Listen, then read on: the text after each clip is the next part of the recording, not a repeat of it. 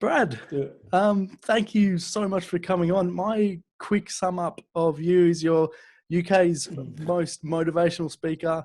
You've grown a business from the ground up, and you really make the most out of life, really motivating from the research that I've done.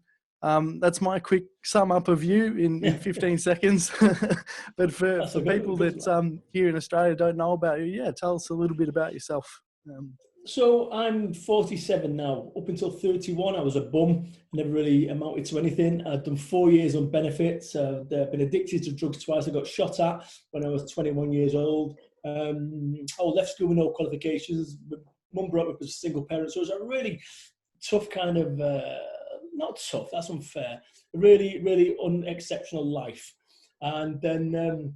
And at 31, I basically told my employer to shove his job up his backside, walked out of a job, started my own business off, £25,000, $50,000 in debt, no income, and that was $50,000 in daft cars and televisions and no longer owned on credit. And started my own business off, and nobody gave me a chance, nobody apart from me. And fast forward 14 years, and that business is phone networking. And phone networking, prior to this whole situation, or situation as I like to refer to it as, Phone Networking was the largest joined up business network in the UK. We run over 5,000 meetings across the UK.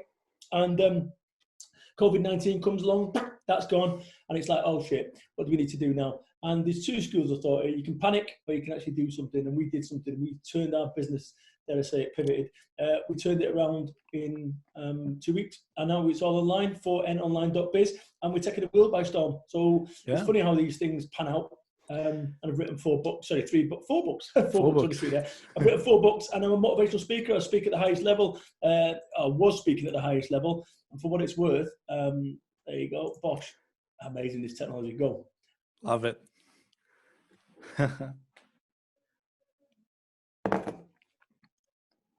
I must admit, I've actually watched this video. So for people listening along, yeah, Brad's showing a video, his promo reel on YouTube, and I've probably watched it about 10 times. The music behind it's really uplifting, and you're in front of thousands of people there as well. That was 3,000 people in the background then. That was over at XERO. So XERO over in the UK, with XERO, New Zealand-based business. And so I keynoted there this November, and it's just amazing. You know, clients include Costa Coffee, which is massive in the UK, Bentley, JCB, XERO, and actually, you know, given that I've got no qualifications, how have I managed to get myself on these stages? You know, and I'm not selling certainty. What I'm selling is honesty. That's the difference. I'm selling honesty. Yeah. And that comes across in spades. I mean, there's plenty of people that get up on stages. There's plenty of people that can speak motivationally. But when I was looking into the stuff that you did, that authenticity came across. And I guess how have you? Do you think your background has kind of shaped that? You said you had a pretty rough past. You came from, and you know what it's like to be down and out. So do you think that's where a lot of your motivation comes from? You know what? Look, I'm a guy who lived in effectively council estate houses all my life. Never had a pot to piss in, and now I've got every material thing that I want. Like every material thing that I want. Now, some people will continue going when you reach that point. And now all of a sudden it's like, hey, I want to have gold taps. And then you get gold taps. It's like, I want to have platinum taps. And now what I want to do is I want to travel not only first class, and I want to have my own private jet. Now I want to fit it out. And shut up, you twat. You know, there comes a point in your life when actually this is more than ever before. This whole COVID situation is a wonderful leveler to realize the futility of all that. That right now, you know, if Richard Branson in his private island, you know, worth 80 million quid and he's got his business going kaput, it just shows you, wouldn't it have been better if you didn't bother having a private island and actually you just had a big house and you just lived in your big house and was happy? But there comes a point where people just keep driving forward. And that doesn't mean don't be ambitious. But what it means is by all means be ambitious, be driven, but be happy. And when your drive and ambition is causing you to be unhappy, you kind of just make your level or found your level. And so many people are driven by what they see and what other people show them that their life should be. And actually, you know, what my life is a guy from Salford, Manchester, which is like a really rough city in the UK, that has managed to turn himself from this working class lad into a middle class hero in my world. And what I mean by that is that, you know, I'm giving an opportunity. I'm showing that there's a way through for any person who ever says, oh, well, it's okay for you, or I've had no opportunity. I've created that opportunity at 31. at 31, not through winning the lottery or getting a 31. I started mine. So I think that's what it's about. I think where I'm about is about showing that anyone can do it. When you speak at the highest level in the UK, right? I had people come on there and say, well, you've got self-limited beliefs. Anthony Robbins has got $300 million worth of self-worth. I said, well, that's pathetic, because he should have 600 million. Has he got self-limiting beliefs? Or maybe you should have $1 billion. Where does it end? Where does it end when you've lived on, as I did, on literally 6,000 Aussie dollars a year on benefits? Where I am right now, I'm living in a massively different world. And actually, yet people go on social media and say, I've got self-limiting beliefs. It's like, are you fucking stupid? So from my perspective, I run my own race. I'm my own competition. I compare me to me. And that's what people need to do. Compare you to you. Yeah, 100%. And sort of being the best version of yourself and better than you were yesterday, right? I see. I think it would be a phrase over in the UK as well, like keeping up with the Joneses or comparison, that kind of stuff. It's very dangerous, right? It's a game you can't win, and especially today's day and age in this Instagram world where you've got a 26-year-old getting out of a Lamborghini, a slow motion video, and putting sunglasses on, and then jumping around in a jacuzzi with 3 girls in bikinis. You can get yourself in this mindset where you think, well, hang about, I'm 27 and I've not got that. Now I'm a piece of shit. And actually, this is what people do. And so for me, taking me as a mentor or getting me as a mentor, I'm not going to promise you hyper wealth. I'm not going to do that. I'm not going to promise you that you have a Rolls Royce Phantom and the cameras flashing. But what I can promise you is this: that you will find that you can be the best version of you. But also, what I focus on more than money is happiness. Yeah. Right. Because there's a million people out there that are, happiness. But there's also, don't get me wrong, there's that whole authenticity, heart-centric that's bollocks. I'm not into all that. I'm from Salford. We don't talk that way. But what I found is a level of contentment, the likes of which I honestly don't know anyone who's as content as me in life. Not a single person. And that's something that has happened from having nothing, but also having everything. And then 8 years ago, I had a nervous breakdown. I broke down mentally. And actually, I remember walking my dog, Tyson, Labradoodle, true story.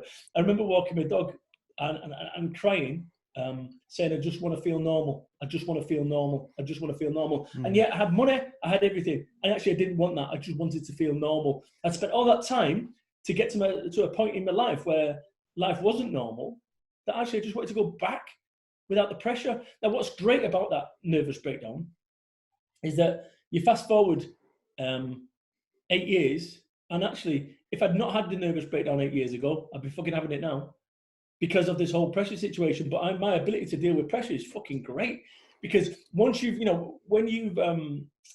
it's like going to the gym. You lift a weight up, if it's too heavy for you, your muscles rip. But the purpose then is that the muscles rip and then repair, and they grow back stronger and more denser. And that same principle applies to mental health. So actually, my ability to deal with shit is greater than it's ever been. So I'm so thankful for everything, whether it's me getting shot at, whether it's me having a nervous breakdown, whether it's me, whatever. I wouldn't change a single thing, not one single thing about my life. Yeah, I can totally relate to that. I've had periods of sustained depression where that thought process you were saying earlier there, for me it was, what are you doing? What are you doing? What are you doing? What are you doing? Right. And eventually got to this point where I broke down. But if I didn't get to that point where everything had been taken away, I didn't realize what I actually enjoyed doing, because then I had the time to go, oh, okay, coming back from that, what lights you up? What are you passionate about? How can you, to quote your book over there, how can I get off my ass? And what's going to get me to do that? It's incredible how that can happen, yeah? Well, what was interesting about me, so I used to be on fluoxetine going back 20 years ago, which was Prozac. Yeah. And I was depressed, right? And I would, if you asked me, am I a depressive? I'd have said yes. I'd have said I'm a manic depressive. That was a term, a manic depressive. So there'd be 3 days a month where I couldn't get out of bed. 3 days a month where if I won the lottery, it'd be like, this is the root of all evil. It doesn't make no odds what was happening in the world. It was going through this interpretation through my filters that life is shit or whatever. And now what that happened, I look back now and say, well, why was that the case? Because I'm not depressed. I'm not a depressive. I'm not anymore. Yet I was then. And what was going on there is, I think I was grieving. I was grieving because when I got shot at, I moved away 200 miles away to get away from all that. and I couldn't have any contact with my friends. I couldn't. So I think that's what's going on. I think I was mourning the loss of my old life. And actually, I spent 5 years in the wilderness. Now, what people are doing right now with this COVID, they're mourning the loss of their old life. And you can spend your fucking next 5 years whinging about how you lost a contract or how you're going to be good and this, that, and other prior to COVID. And you're just going to waste your life. You're almost like, it's like you're running the clock down. So it doesn't mean that a positive attitude solves everything, but it helps. Yeah, no, it goes a massive way to actually changing that mindset. Something I really want to ask you about and get into the psychology of it. When you were building your business, you say, you took out £25,000, and then you actually, to sustain No, I didn't take out 25. I started with nothing. Started with nothing. In debt. In debt. I was 25,000 in debt before I even started. That's what I was trying to reference to. So you're in debt. And in order for the business to stay afloat, you actually drove around pizza delivery, I believe. Yeah, at 31. At 31. So how did you, I guess, stay away from that mindset that we were talking about of comparison to everyone and go, no, I'm really believing in what I'm building here, but in order to have cash flow, I'm gonna drive around. How? Like, I guess there's a few questions in that, but of course. So if you've got a plan B, you don't believe in your plan A. Right, so I had no plan B. I had to make this work, and the way that I'd make this work was part of that plan A to get to where I needed to be, was to get through the immediacy. See, so many people, especially right now, you can't be entrepreneurial whilst you're in survival mode, right? So I'll give you an example. You're talking to me now, and no matter how great the questioning is, or we're talking, if somebody run in with a knife, you wouldn't be finishing your question off. What you'd be doing is running around the table with a chair to try to defend yourself. So, yeah, but hang about, come back, Tim. We've got an amazing bit. Yeah, that's great, Brad, but I've got somebody chasing me with a knife. Yeah, but mate, this is the best bit ever. You see, and so many people right now are trying to do that. You've got to get yourself out of survival mode in order to get to entrepreneurial mode. And that's what I did. I realized that in order for me to get to where I needed to be, I needed to go, to get to C, you've got to go via A and B. And A and B is the bit where people laugh at you. A and B is the bit where people say no. A and B is the bit where people say, you've got no chance, Brad, of starting a business off with 25 grand in debt. You should get a proper job. And actually I didn't. I got a job that, Monday to Friday, I was running my business. And then Friday, 6 p.m, you finish your shift. And then you do a shift for 5 hours, 6 till 11, delivering pizzas at 31. And I felt like a piece of shit. But actually looking back, what I should have been doing is patting myself on the back.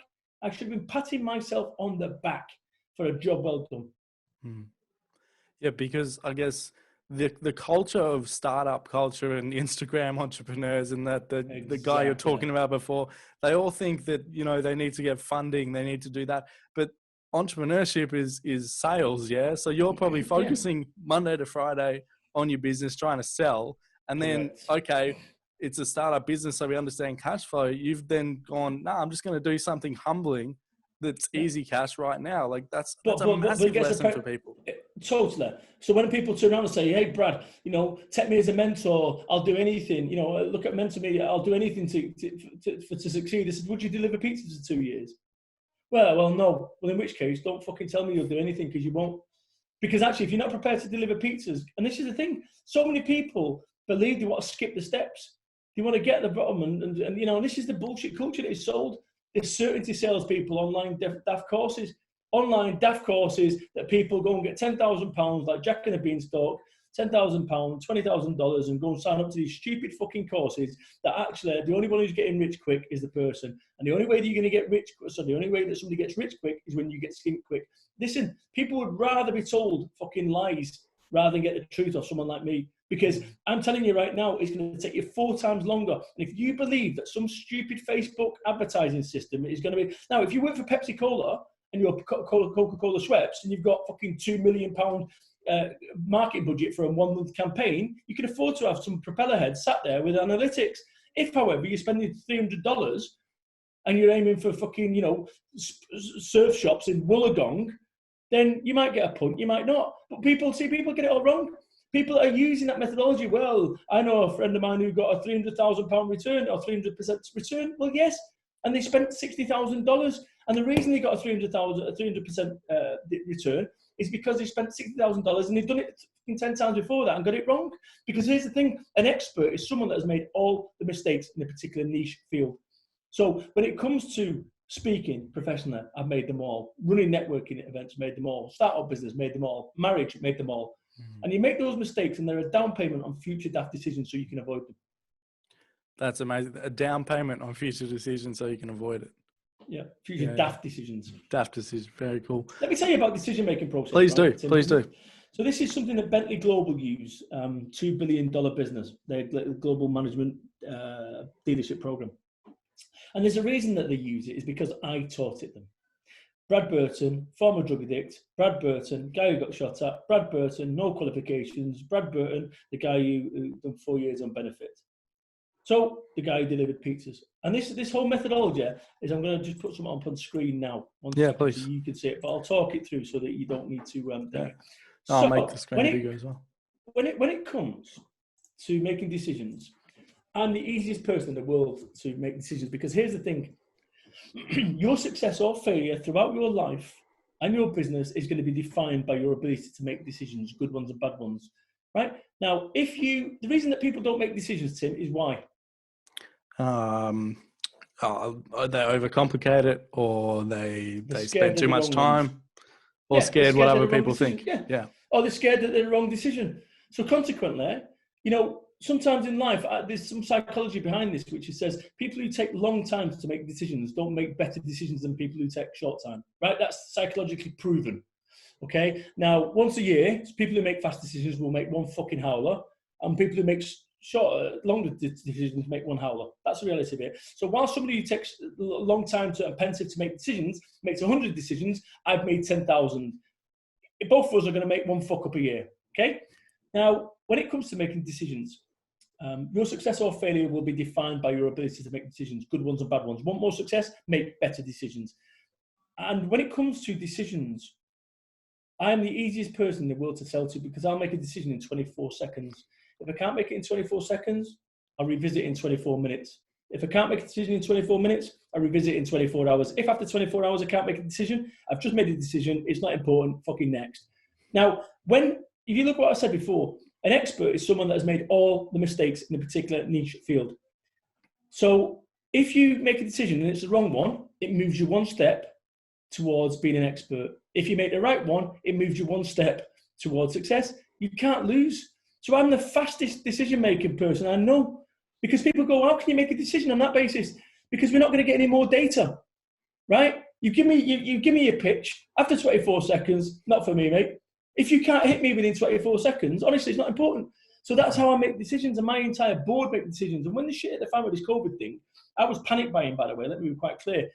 2 or 3 weeks before everyone else was, I was on this, right? I played enough computer games in my life to know what happens with a pandemic, right? I'm a gamer, big time. Yep. And actually, this is the thing.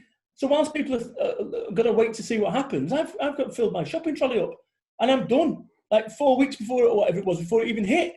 So everyone else is then queuing around the block and having to deal with social distancing. And I've been in and out 4 weeks prior to that, right? And this is what I'm saying, is that whole approach in business and in life about making fast decisions. That's where you'll end up where you are. Because throughout my life, I've ended up not making fast decisions and being pensive. And then it's a bit like seeing a $20 note in a bar on the floor. And your friend says to you, hey, Tim, there's a $20 note there. Go and pick it up. And you go, no, you pick it up. No, you pick it up. No, you pick it up. And whilst you're doing that, I come along, see the $20 note, I picked it up and fuck off. And now you're going, why did we do it? You should have picked it up. I told you, and now the recriminations start. And I'm now spending your $20. That was yours, but you chose not to get it. Yeah, definitely. And I think, there's a lot of the biggest objection people come up against is I want to think about it. And I think as a society, a lot of people think on things a little bit too much, and then that causes you to take inaction. Absolutely. At a massive scale. But that's endemic of everything that somebody will do. Somebody will go to a McDonald's fucking menu and be stood there after having queued up for 3 minutes and get to the end and still fucking queue up for another 2 minutes thinking, should they have a fucking Big Mac or a fucking thing? Yeah, it's like, make a decision, you twat, move on. And that's where I'm at. In every decision that I make in life, I move on so fast. And it's not irresponsible. It's not irresponsible. It's not. I think what's irresponsible is wasting your life on a decision that's really, should it be a Kit Kat or a Mars bar? It's like, move on with your life. Yep. Yeah, definitely. I want to dive into the psychology of one of your books there, Get Off Your Ass, because it really speaks to me. especially if I'm not healthy and in that mindset where you can spend too much time on your ass. Yeah. What for somebody who, because we've got an incredible opportunity right now, and you've talked about it in terms of the downtime that we have, and I don't want to sort of, I guess, judge people for not taking up a new thing or a new skill, but this is an incredible opportunity to dive into something that you love doing and quote unquote get off your ass. So I guess for somebody who wants to utilize this time in the best way possible, what are you recommending to people at the moment to get off their ass, I guess? You know, I can't play football. I can't paint. I can't draw. I'm shit, right? So somebody telling me to learn football or to paint or draw is never going to happen. However, when this all ends, and it will end, there's going to be a column straight down the middle of the page. And on the left is going to be losers, and on the right is going to be winners. And actually, what you do today and the forthcoming weeks, months, is going to define whether you're on the winners or losers column. So if I ask the question and ask it a different way, do you want to be a loser or a winner when this is all over? Everyone's going to say a winner. No one's going to say a loser, right? So are your decisions that you're making today, are they going to help you to sit on the winners column? Or are those decisions that you're making day in, day out, going to, when it all ends, that you're going to be on the losers column? And this is the thing. Don't get me wrong, there's times when I can't be asked, and I genuinely can't be asked, and I don't pretend that, well, what you do is give reaffirmations and talk into a mirror and say, you're a tiger every morning. You know, just bullshit. So when I can't be asked, I'll just go sit there playing PlayStation games or go back to bed. But that's the thing. But yeah, what you need to do, here's the 10x formula to shut the fuck up. We can't all be Grant Cardone, you can't all be Gary Vee, you can't all be me. But what we can do is be a better version of ourselves. So once again, rather than me answer that question, I would say this. Do you want, when this is all over, to be on the losers column or the winners column? If you answer the winners column, is what you're doing right now going to move you towards that, or is it going to move you away from that? Only you can answer that. Yeah, wow. That's that's awesome. Nah, very good way to answer it. I'd love to talk a little bit about For Networking. Through a connection of ours, Steph and Thomas, I was actually introduced to what you guys are doing, and it actually seems quite different to normal networking in terms of you've combined the social aspect and the business aspect. That, you know, before you came into the market, it was either too much the other way or too much each way, and you were like, there's nothing down the middle, right? No. So yeah, what motivated you, I guess, to start it? Was it that opportunity, or how did that come about? So when I'm delivering pizzas, I used to run a marketing business. So this must be in 2005. I run a marketing business, and I was doing okay, and I was delivering pizzas whilst I was doing that marketing business. So Monday to Friday, hi, I'm Brad Burton, the award-winning marketer. The company's called For Consultants. We're a full-service new media creative design agency, blah, blah, blah, blah, blah. And all I was doing is subcontracting out, and but making sure the quality was right. And I'd been along to these networking events, and in political terms, you had the loony left where nothing quite happened. It was all very nice. Red wine, vol au vents, the mayor talking about parking provision and talking about, fucking opening the beaches 2 weeks before in the season to increase ice cream sales. And it's just like, what a load of shit. And then you've got the hardcore right. Where's your leads? Where's your referrals? You have to attend. You've got to do this. You've got to do that. I'm thinking, where was the mainstream of networking? That appeal to normal people. Like people that the loony left didn't appeal to, people pontificating about how important they were. The loony right, the fucking hard right, they didn't appeal to. They started a business to have freedom, not to be restricted and get another job. And he's like his whole 15% at either side. Where was the mainstream, the 70% down the middle? Because actually what was happening is people were having to go left or right. And I thought, this is wide open, this. So I looked at this and I went, why is this not being done? I couldn't understand it. And why is no one incorporating online along with off? So when I started For Networking in 2006, February 16, 2006, it was 50% social, 50% business, and it worked. And that's the tagline that to this day still lives on. And people said, oh, well, it needs to be 80% business. And this, oh, shut the fuck up. What are we going to do? Have fucking social police to make certain that people aren't having too much fun. So really what this was about is as you start getting older, your friends start dying, they start emigrating, they start getting married, they no longer play out anymore. And your friendship will go smaller and smaller and smaller, not with For Networking. Because if I don't like you, Tim, and you don't like me, it isn't going anywhere. That's the reality of it. So I realized that the glue that holds people together is the social stuff, is whether or not only business, but actually if I don't like you and you don't like me, we never do business. So I realized that actually the people I did business with and I had affinity with were people that I liked. So I looked at this whole culture and I said, how do you create something that has never been done before? And that's what I did with phone networking. And bear in mind, in 2006, Facebook had just started as well. So it wasn't this kind of, oh, Facebook, social networking. I was on social networking in real life before it became a thing. And actually, you know, we've moved it now. That was online meetings. And what we did at phone networking, we have 3 10-minute appointments at each meeting. So everyone stands up, does 40 seconds. I'm Brad, I'm a marketing genius, chat. And the next person goes up and you go, I wouldn't mind speaking to Brad because I need a marketer. So then what happens is you break for a coffee and you head towards the 3 people you want to have a chat with and swap a card. So I've got cards with my business cards, and 1, 2, and 3. I swap a 1 with you. And then somebody, as I turn around, somebody said, oh, Brad, can we have a 1-to-1? I've got 2 or 3 left. Boom, get rid of your 3 cards, and then you have a foresight, which is an insight, not a sales pitch, which is where I learned to speak as a professional speaker. It's like a 15-minute slot, which is an insight, not a sales pitch. The reason it was an insight, not a sales pitch, is I went along to these bullshit right-wing networking events, and you've got somebody talking about fucking Windows for 10 minutes, trying to sell you that these are 10 millis, these are 15 millis. Like, what's going on? Like, no one gives a shit. And at the end of that presentation, somebody's asking that questions. Steve, tell me, can you get a wood fascia on the 15 minutes? Oh, shut the fuck up. Just wasting everyone's life. And I just said, this is bullshit. So anyway, I looked at it, I started it, everyone laughed at me, 25 grand in debt, and I pulled it off. And like I say, we ended up becoming, oh, and I'll tell you the other thing about what we did for network, which is different to any other network, is we joined all the groups. So I've got a laptop computer now, it's connected to the internet. I would rather have this computer connected to the internet than a twice as powerful one that could never be connected to the internet. And that's what we did. So we connected every group. So as a member, you didn't join one group and go to the Wollongong group every Friday. You could go to the Wollongong group, you could go to the Sydney group, you could go to wherever. And we was running like 40 meetings a day. So as a UK-wide, you could travel to Manchester and you could go to have a phone network and then go to your business appointments. And we're just in the same principle online with phone networking for nonline.biz. Yeah, and something that's awesome that you've done is you're in one of the business sectors that has been incredibly affected by what's going on, and you've been forced to pivot.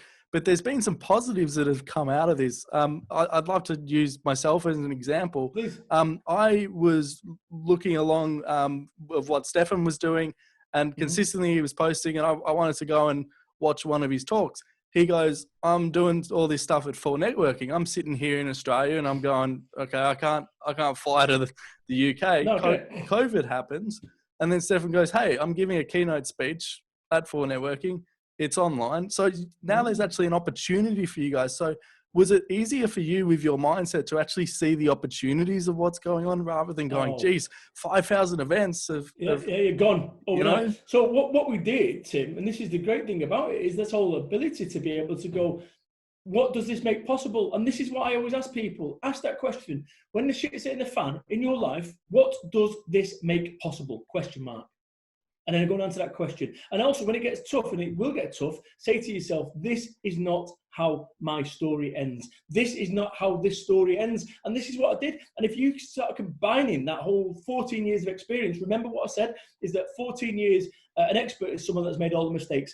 And actually, that 14 years experience allows me, plus the way that I think from a decision-making process, that actually when I realized this, because I played 30 years of computer games, and I realized that this pandemic did not have a solution and they wasn't taking it seriously. It wasn't closing the borders or anything. I thought, this is getting to us. So we was on it. We was like fucking on it way before anyone else. So whilst everyone else is still, oh, we'll wait to see when it all goes back. We'll wait to see what the government do. I'm thinking, fuck off. Get the infrastructure right. So we were first to market in the UK and globally, I would say, as well. And actually, and if you think, look at the way that I act and the way that I do, I don't need permission of anyone. Right? Yeah. I don't need permission. I don't need to wait for the government to tell me that I can run this business. So we've done really well in that. It took us 3 years to get to the stage that we've done in 4 weeks from a group's perspective in real life. That's fantastic. I've got to ask, because you've mentioned video games a few times, and I think this is a fun question to ask. We bonded over, you put up a Splinter Cell picture on your Instagram account. Yes. Sam Fisher. What lessons from Sam Fisher have you taken in your business life? Well, that's a great question. So Sam Fisher is like an NSA operative. He's a good kick-ass, sort of positive guy. Yeah. And actually, he's a fair guy. So he kicks ass, but he's a fair guy. Just had a text message off Edward Z. Hilarious. I'm going to go to the picture. There we go. So what I've learned from Big Smile. So what I've learned from Sam Fisher is to be lean with your shots. That actually going loud doesn't always achieve anything. And actually, I am that guy now who is really, I've got friends of mine who are SAS men, and they've taught me quite a lot. And I'm going to share something that an SAS guy who's an Iranian embassy. So, in fact, I don't know if you've seen it, the film 6 Days. I haven't, no. So it's on Netflix. It's about the SAS raid in the Iranian embassy, which is coming up May the 5th, 1980 it was. So he taught me this, which I just think is fabulous. He said to me that you cannot delegate responsibility. And he is so right. And that's where Sam's at, is that behind enemy lines, and you'll go and do some stuff that actually some people wouldn't agree with, but you've got to do it in order to get the mission accomplished. Some of the way that I act, the way that I swear, the way that I operate in business, conventionally people don't like it. However, you know, my audience isn't the people that conventionally don't like it. My audience is the people that do like it. And this is, I think, where from any kind of mission that we've all got, not everyone's going to agree with that mission. You know, and actually, let me be quite clear, Tim, and no matter how benign any of us are, in somebody's hero story, we're a villain. You know, you would have broke someone's heart on your travels, not intentional, but it just didn't work out. And yet, if I was to ask them about you, they'd say he's a fucking asshole. But in your world, you wasn't an asshole. You just being honest, or you was just. You see what I'm saying? So we are the villain in somebody else's hero story. Yeah, very cool, very cool. I think that's an awesome spot to leave it on. I like to leave it on something cool like that. But I got 3 quick questions that I like to ask at the end of every show. So in line with the show Peak Performance, I'd love to get your explanation when you hear that word peak performance, peak performer. What does that mean for you? Yeah. So from my perspective, intensity is as important as recovery. Right? So peak performance, I would rather operate at 4 hours a day at 100% capacity rather than 8 hours at 50. Because too many people waste the most important asset that they each have, which is time, on bullshit, right? Your peak performance is not my peak performance, and vice versa. I said before that I can't play football, I'm no good at art. There'll be someone who can do that picture behind me, they'll do it within 5 days, that'll take me 5 years and it'll still never be as good. So peak performance is about you finding your peak performance and actually understanding that even peak performance in recovery is peak performance. That's amazing. Yeah. And what's coming up for you in sort of the next kind of 6 to 12 months that you're really excited about? Might be something you're pumped to launch again, or just a challenge, anything that you're excited about. Of course. So I run something that I don't even promote, right, which is working beautifully. And this is what I said before about Sam Fisher, right? There's stuff that I'm doing out there that nobody even knows I'm doing, right? Because I keep it under wraps. And this is counterintuitive to the way that most people operate. I run something called the Now What Club. So nowwhatclub.rocks, which is my private mentoring club. And I'm doing that in a way which is completely unique. And the bottom line sort of side column on that is that if you look at what I've done in the networking space, I've disrupted it. If you look at what I've done in the book writing business world, I've disrupted it. If you look at what I've done as a motivational speaker, I've disrupted the other way, because I look like a drug dealer. I'm not, by the way, but anymore. But we can all change. But what I've done is I'm now disrupting that personal development world. Personal development world with nowwhatclub.rocks, which is proving the point that personal development does not have to be thousands of dollars to be effective. I'm doing personal development better than anyone else, right, for a fraction of the cost. And people say, what's the catch? The catch is I'm putting those fuckers out of business. That's the catch. Actually, I want to give you a little bit more time on that. Something I noticed when I was watching your videos is there was, even just from a physical fitness point of view, the way you have changed in the last 10 years has been drastic. That's right. I mean, if I put on screen there, look, there you go. Yeah, wow.